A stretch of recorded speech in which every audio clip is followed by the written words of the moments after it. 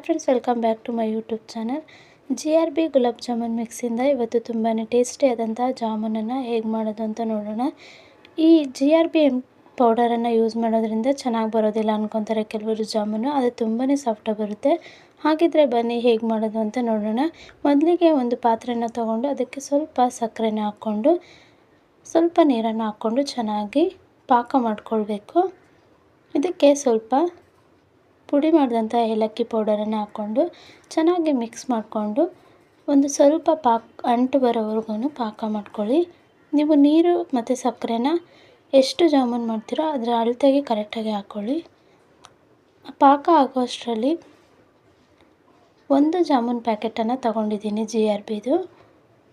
ಒಂದು ಪ್ಲೇಟಿಗೆ ಹಾಕ್ಕೊಂಡು ಸ್ವಲ್ಪನೇ ನೀರನ್ನು ಹಾಕ್ಕೊಂಡು ಒಂದು ಅರ್ಧ ಟೇಬಲ್ ಸ್ಪೂನಷ್ಟು ತುಪ್ಪನ ಹಾಕ್ಕೊಂಡು ಚೆನ್ನಾಗಿ ನೀಟಾಗಿ ಸ್ಮೂತಾಗಿ ಕಲಿಸ್ಕೋಬೇಕು.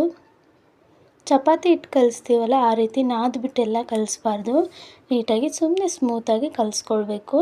ನೀವು ನೀರಿಗೆ ಬದಲು ತುಪ್ಪ ಮತ್ತು ಹಾಲನ್ನು ಹಾಕ್ಕೊಳ್ಳಿ, ಇನ್ನೂ ಚೆನ್ನಾಗಿರುತ್ತೆ ಟೇಸ್ಟ್ ಬಂದುಬಿಟ್ಟು.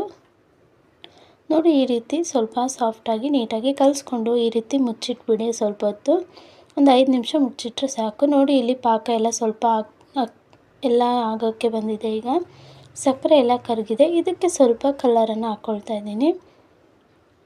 ನೀವು ಕಲರ್ ಇಲ್ಲ ಅಂದರೆ ಹಾಗೆ ಕೂಡ ಮಾಡಬಹುದು. ಈ ರೀತಿ ಚೆನ್ನಾಗಿ ಮಿಕ್ಸ್ ಮಾಡಿಬಿಟ್ಟು ಒಂದು ಸ್ವಲ್ಪ ಅಂಟು ಬರೋವರೆಗೂ ಚೆನ್ನಾಗಿ ಬೇಯಿಸ್ಕೊಳ್ಳಿ. ನೋಡಿ, ಈಗ ಹಿಟ್ಟೆಲ್ಲ ಚೆನ್ನಾಗಿ ನೆಂದಿದೆ. ಇದಕ್ಕೆ ಈಗ ಕೈಗೆ ಸ್ವಲ್ಪನೇ ತುಪ್ಪನ ಹಚ್ಕೊಂಡು ಈ ರೀತಿ ಉಂಡೆ ರೀತಿ ಮಾಡ್ಕೊಳ್ಬೇಕು. ಚಿಕ್ಕ ಉಂಡೆ ಮಾಡ್ಕೊಳ್ಳಿ, ತುಂಬಾ ದೊಡ್ಡದಾಗ್ಬಿಡುತ್ತೆ ಆಮೇಲೆ.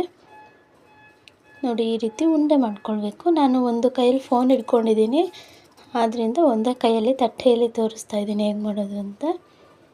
ನೀವು 2 ಕೈಯನ್ನು ಉಪಯೋಗಿಸ್ಕೊಂಡು ಮಾಡ್ಕೊಳ್ಳಿ. ನೋಡಿ, ಈ ರೀತಿ ಚಿಕ್ಕದಾಗಿ ಎಲ್ಲನೂ ಉಂಡೆ ಮಾಡಿ ಇಟ್ಕೊಂಡಿದ್ದೀನಿ.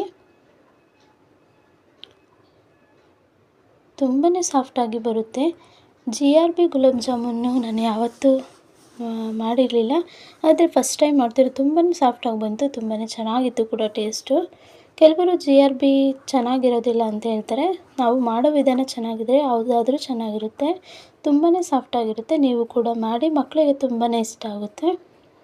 ಈಗ ಎಣ್ಣೆ ಚೆನ್ನಾಗಿ ಕಾದಿದೆ, ಎಣ್ಣೆ ಇಟ್ಕೊಂಡಿದ್ದೆ.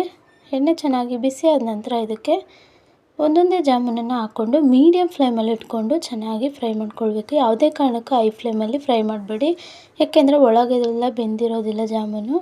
ಆದ್ದರಿಂದ ಮೀಡಿಯಮ್ ಫ್ಲೇಮಲ್ಲೇ ಇಟ್ಕೊಂಡು ಚೆನ್ನಾಗಿ ಫ್ರೈ ಮಾಡ್ಕೊಳ್ಬೇಕು. ಅದು ಗೋಲ್ಡನ್ ಕಲರ್ ಬರೋವರೆಗೂ ಈ ರೀತಿ ಚೆನ್ನಾಗಿ ಫ್ರೈ ಮಾಡ್ಕೊಳ್ಳಿ. ಮತ್ತು ಉಂಡೆ ಮಾಡಬೇಕಾದ್ರೆ ಪ್ರೆಸ್ ಮಾಡಿಬಿಟ್ಟು ಒಂದು ಸತಿ ನೀಟಾಗಿ ಉಂಡೆ ಮಾಡಿ. ಆವಾಗ ಬಂದುಬಿಟ್ಟು ಬಿರುಕು ಬಿಡೋದು ಆ ಥರ ಏನೂ ಆಗೋದಿಲ್ಲ, ನೈಸಾಗಿ ಚೆನ್ನಾಗಿ ಬರುತ್ತೆ.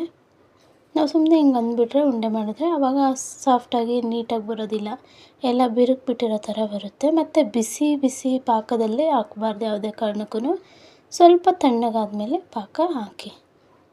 ನೋಡಿ, ಈ ರೀತಿ 2ನೇ ಸತಿ ನಾನು ಹಾಕ್ಕೊಳ್ತಿದ್ದೀನಿ. ಗೋಲ್ಡನ್ ಕಲರ್ ಬರೋವರೆಗೂ ಚೆನ್ನಾಗಿ ಫ್ರೈ ಮಾಡ್ಕೊಳ್ಬೇಕು.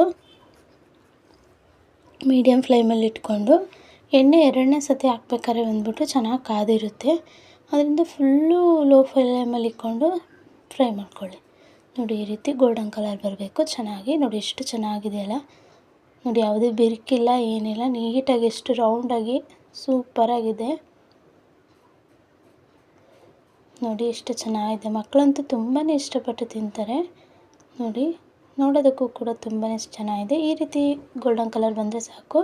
ಈಗ ಪಾಕ ಎಲ್ಲ ಹಾಕಿದೆ, ತಣ್ಣಗಾಗಿದೆ ಮತ್ತು ಪಾಕ. ಇದಕ್ಕೆ ನಾನು ಎಲ್ಲ ಜಾಮೂನನ್ನು ಹಾಕ್ಕೊಳ್ತಾ ಇದ್ದೀನಿ.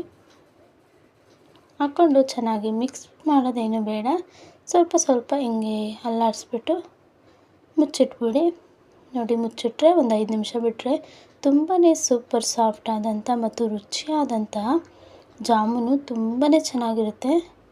ಎಷ್ಟು ಸಾಫ್ಟಾಗಿ ಬಂದಿದೆ ಅಂದರೆ ತುಂಬಾ ಸಾಫ್ಟಾಗಿ ಬಂದಿದೆ. ನಾನು ಅಂದ್ಕೊಂಡಿರಲಿಲ್ಲ ಎಷ್ಟು ಚೆನ್ನಾಗಿ ಬಂದಿರುತ್ತೆ ಅಂತ. ನೋಡಿ, ಎಷ್ಟು ಚೆನ್ನಾಗಿದೆ. ನೋಡೋದಕ್ಕೆ ಮಾತ್ರ ತುಂಬ ಚೆನ್ನಾಗಿದೆ. ಈ ಬೇಕ್ರಿಲೆಲ್ಲ ತಂದು ಮಾಡಬೇಡಿ ಜಾಮೂನ, ಯಾಕಂದರೆ ಎಷ್ಟು ದಿನ ಮಾಡಿರ್ತಾರೋ ಗೊತ್ತಿಲ್ಲ. ಮತ್ತು ಪಾಕ ಬಂದುಬಿಟ್ಟು ಅದು ನೋಡಿದ್ರೆ ಒಂಥರ ಸ್ಮೆಲ್ ಬರುತ್ತೆ.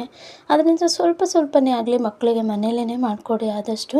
ನೆಕ್ಸ್ಟ್ ವೀಡಿಯೋದಲ್ಲಿ ನಾನು ಗೋಧಿ ಹಿಟ್ಟನ್ನು ಬಳಸ್ಕೊಂಡು ಜಾಮೂನನ್ನು ಹೇಗೆ ಮಾಡೋದು ಅಂತ ವಿಡಿಯೋ ಮಾಡಿ ಹಾಕ್ತೀನಿ. ಆದಷ್ಟು ಮಕ್ಕಳಿಗೆ ಮನೆಯಲ್ಲೇ ಹೆಲ್ದಿಯಾಗಿ ದಿನ ಮಾಡಿಕೊಡಿ. ಆಗ ಮಕ್ಕಳ ಆರೋಗ್ಯ ಕೂಡ ತುಂಬಾ ಚೆನ್ನಾಗಿರುತ್ತೆ. ಈ ವಿಡಿಯೋ ನಿಮಗೆ ಇಷ್ಟ ಆಗಿದ್ರೆ ಪ್ಲೀಸ್ ಲೈಕ್ ಮಾಡಿ, ಶೇರ್ ಮಾಡಿ, ಕಮೆಂಟ್ ಮಾಡಿ, ಸಬ್ಸ್ಕ್ರೈಬ್ ಆಗಿ.